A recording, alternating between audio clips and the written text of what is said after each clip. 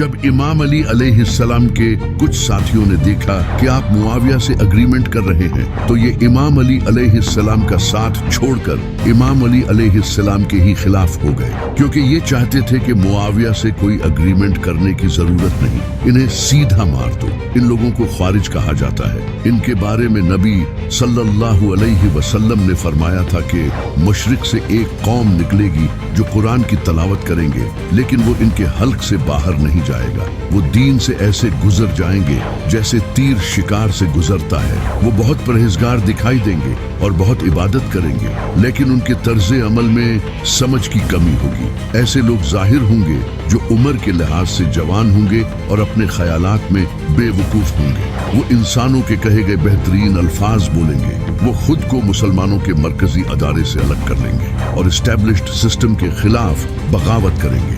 ان کی نشانی یہ ہوگی کہ وہ سر منڈوائیں گے، وہ مسلمانوں کو قتل کریں گے اور مشرکین کو بخش دیں گے۔ اگر میں ان کو دیکھنے کے لیے زندہ رہوں تو ان کو اسی طرح قتل کروں گا جس طرح قوم سمود کو قتل کیا گیا تھا۔ ان خوارج نے امام علی علیہ السلام پر کفر کا فتویٰ لگا دیا اور امام علی علیہ السلام سے الگ ہو گئے۔ امام علی علیہ السلام نے پھر بھی ان کے حکومت کی طرف سے وظیفے بند نہیں کیے اور انہیں کہا کہ تم مجھے جتنا چاہو برا بھلا کہو لیکن ظلم نہ کرو۔ لیکن یہ خوارج دریائے دجلہ کے قریب نہروان نامی جگہ پر جمع ہونے لگے، کیونکہ یہ ایک بڑی ہی اسٹریٹجک لوکیشن تھی جہاں خوارج کا ہیڈ کوارٹر بن چکا تھا، جہاں دور دور سے ڈیفرنٹ علاقوں کے لوگ آ کر ان کے ساتھ ملنے لگے اور یہاں اپنی پلاننگ کرتے تھے۔ ان خوارج کے لیڈر کا نام عبداللہ ابن وہب الراسبی تھا۔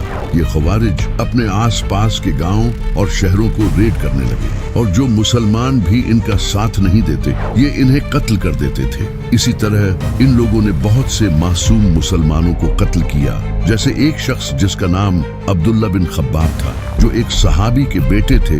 وہ اپنی پریگننٹ بیوی کے ساتھ سفر کر رہے تھے۔ جیسے ہی وہ نہروان کے قریب پہنچے کچھ خوارج کے گروپ نے انہیں روک لیا اور کہا کہ وہ علی کو چھوڑ کر ان کے ساتھ آ جائیں، لیکن عبداللہ بن خباب نے بے وفائی نہیں کی، اس نے ان کا ساتھ نہیں دیا، جس پر خوارج کو غصہ آیا۔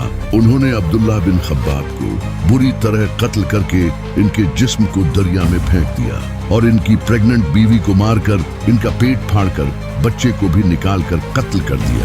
جب امام علی علیہ السلام کو اس کا پتہ چلا تو امام علی علیہ السلام نے انہیں یہ سب ظلم چھوڑنے کا کہا، لیکن انہوں نے امام علی علیہ السلام کی بات نہیں مانی۔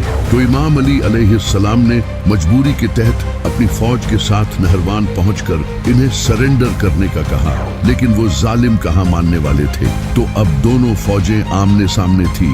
خوارج کی فوج ڈیفنس پوزیشن میں کھڑی تھی تو امام علی علیہ السلام نے پوری طاقت سے حملہ کیا اور ان کی سامنے والی لائن کو اکھاڑ دیا، اور اس طرح مسلمانوں نے خوارج کو قتل کرنا شروع کر دیا اور ان کے لیڈر عبداللہ ابن وہب الراسبی کو بھی قتل کر دیا۔ اس طرح خوارج جنگ ہار گئے اور امام علی علیہ السلام نے نہروان کو دوبارہ اپنے کنٹرول میں لے لیا اور ان کے ظلم کو روک دیا۔ جب مسلمانوں نے خوارج کو مرتے دیکھا تو ان کے دلوں میں شک پیدا ہونے لگا کہ یہ خوارج بہت زیادہ نمازیں پڑھنے والے اور قرآن پڑھنے والے لوگ تھے۔ تو امام علی علیہ السلام نے انہیں وہ حدیث یاد دلائی جب نبی صلی اللہ علیہ وسلم نے فرمایا تھا کہ خوارج مخلوق کے بدترین لوگ ہوں گے اور ان سے لڑنے والے یعنی امام علی اور ان کے ساتھی مخلوق کے بہترین لوگ ہوں گے، یہاں تک کہ اگر وہ کوئی عمل بھی نہ کریں لیکن صرف خوارج سے لڑیں تو یہی انہیں جنت لے جانے کے لیے کافی ہوگا۔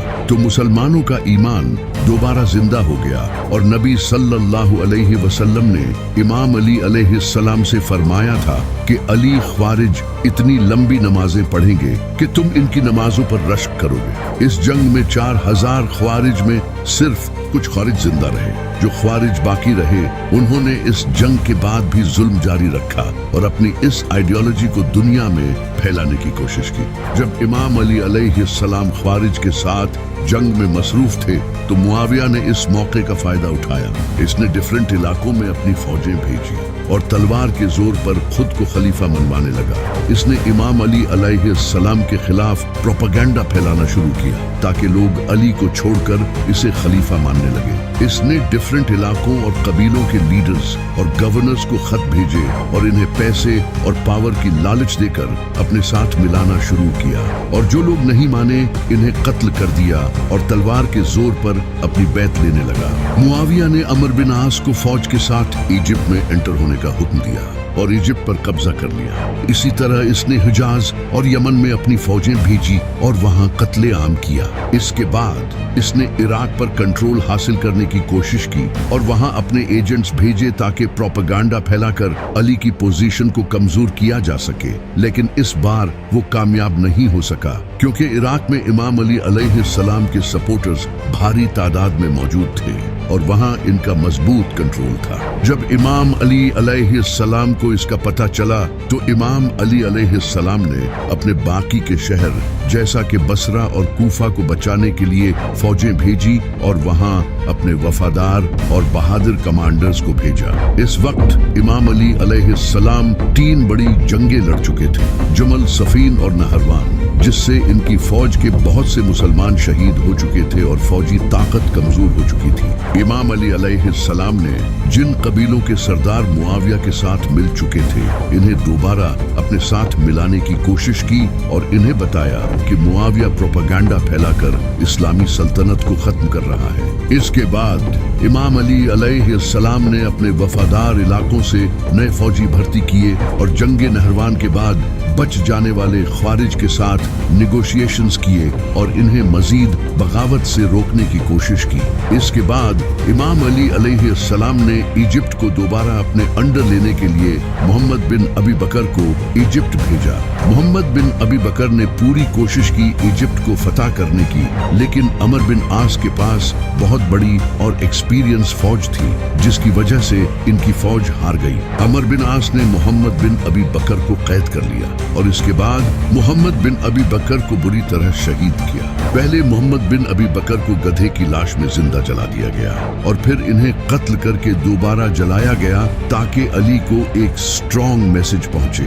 आप सोच सकते हो कि इमाम अली अलैहिस्सलाम पर उस बुरे वक्त में क्या गुजरी होगी। इस बुरे वक्त में भी इमाम अली अलैहिस्सलाम आखिरी कोशिश करते रहे ताकि इस्लामी सल्तनत को बचाया जा सके। इमाम अली अलैहिस्सलाम कभी यहाँ फौज भेजते तो कभी वहाँ। इमाम अली लोगों को कहते रहे कि मेरा साथ दो ताकि हम इस मुआविया को खत्म कर सकें, लेकिन लोगों ने आपका साथ नहीं दिया तो इमाम अली ने कहा फिर मैं खुद जाऊंगा।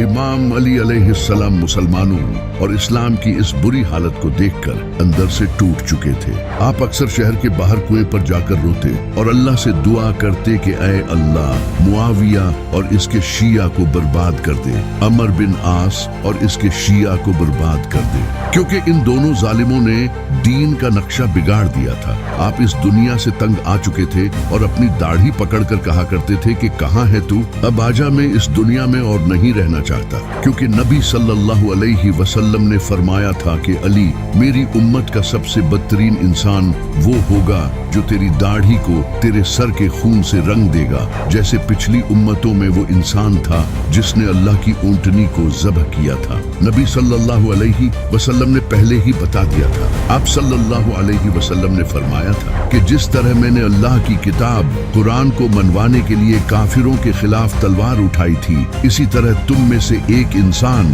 तुम मुसलमानों के खिलाफ तलवार उठाएगा कुरान मनवाने के लिए। तो सहाबा ने पूछा, या रसूल अल्लाह, वो खुशकिस्मत कौन होगा? तो आपने फरमाया वो अली है। आखिरकार 661 ईस्वी की 19 रमजान की सुबह एक ख्वारिज अब्दुल रहमान इब्ने मुलजिम ने फजर की नमाज के वक्त इमाम अली अलैहिस्सलाम के सर पर जहर से भरी हुई तलवार मारकर आपकी दाढ़ी को खून से रंग दिया। जैसे ही इस लानती ने इमाम अली अलैहिस्सलाम की दाढ़ी को खून से रंगा, लोगों ने इसे पकड़ लिया। जब इमाम अली अलैहिस्सलाम जख्मी हालत में बिस्तर पर लेटे हुए थे तो इब्ने मुलजिम सामने बैठा था। इसी वक्त इमाम अली अलैहिस्सलाम के लिए शरबत लाया गया तो आपने फरमाया कि इस शरबत की मुझसे ज्यादा मेरे कातिल को जरूरत है। लोगों ने कहा हम इसके पूरे खानदान को कत्ल कर देंगे। तो इमाम अली अलैहिस्सलाम ने सख्ती से फरमाया कि ऐसा कभी न करना। अगर मैं बच गया तो मैं खुद इसे सजा दूंगा या माफ कर दूंगा, ये मेरे ऊपर है।